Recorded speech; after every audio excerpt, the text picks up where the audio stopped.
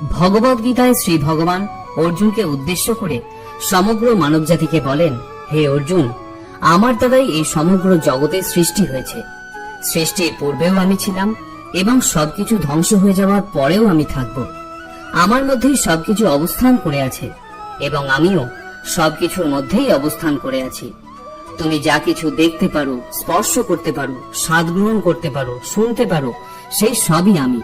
এই নদী, পাহাড়, সূর্য, গ্রহ, নক্ষত্র, চাঁদ, তারা সব আমি সৃষ্টি করেছি।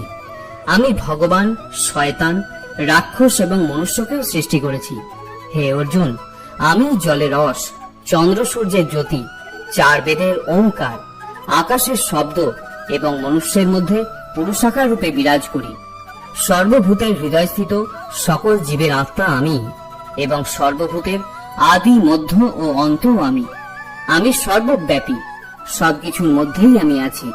সবের মধ্যে শুধু আমি, আমি আর আমিই আছি। আমি ব্রহ্মা হয়ে সবকিছু সৃষ্টি করি এবং রুদ্র হয়ে সবকিছু ধ্বংসও করি।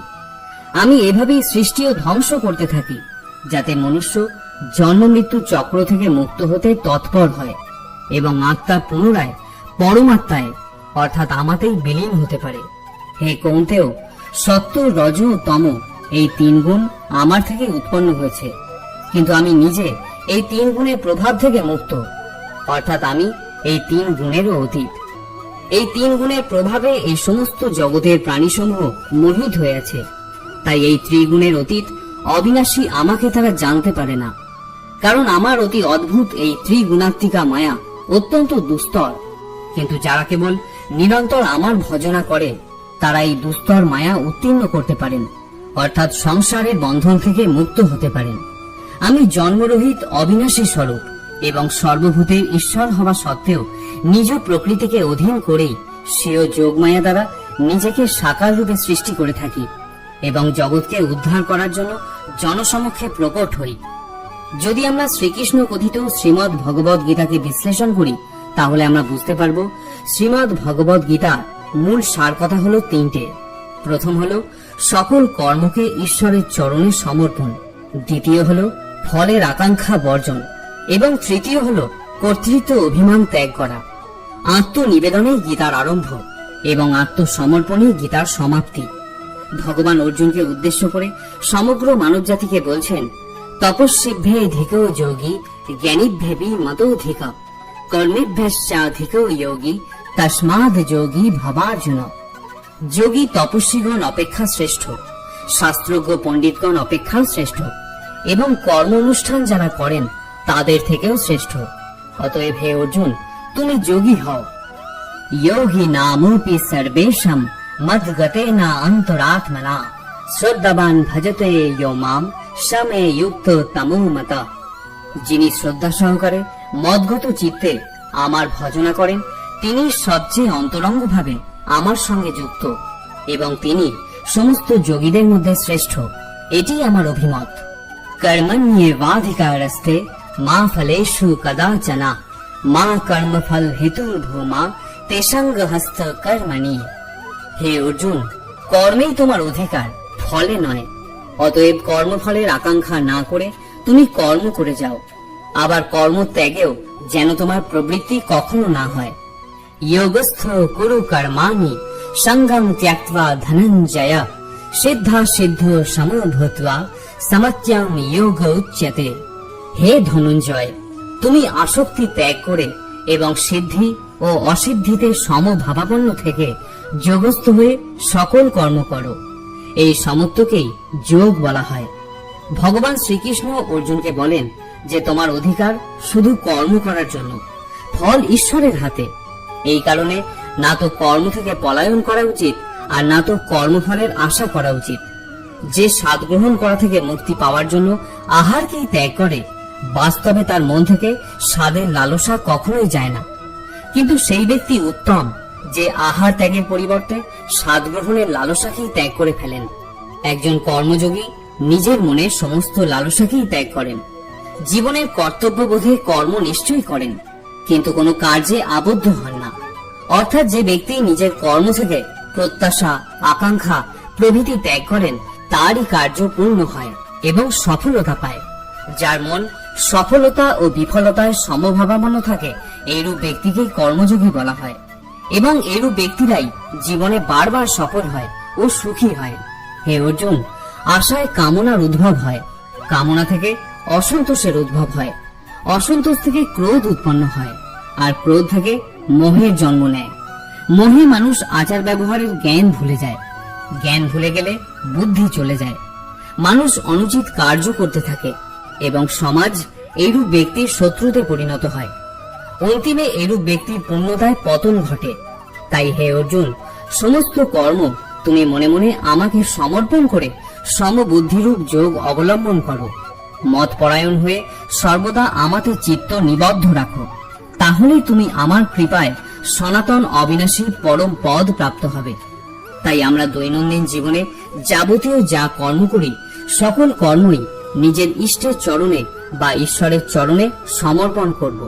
আমরা এটা জেনেই কর্ম করব যে সকল কর্মই হলো ঈশ্বরের কর্ম।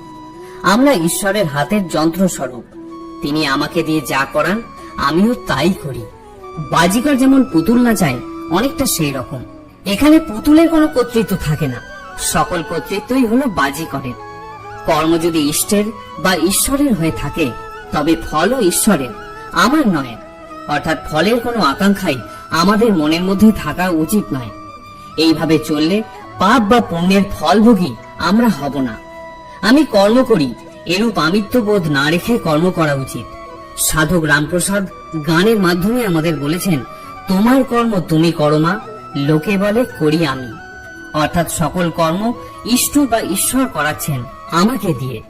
আমার কোনো কিছুই করার ক্ষমতা নেই, অর্থাৎ আমি তার হাতের যন্ত্র।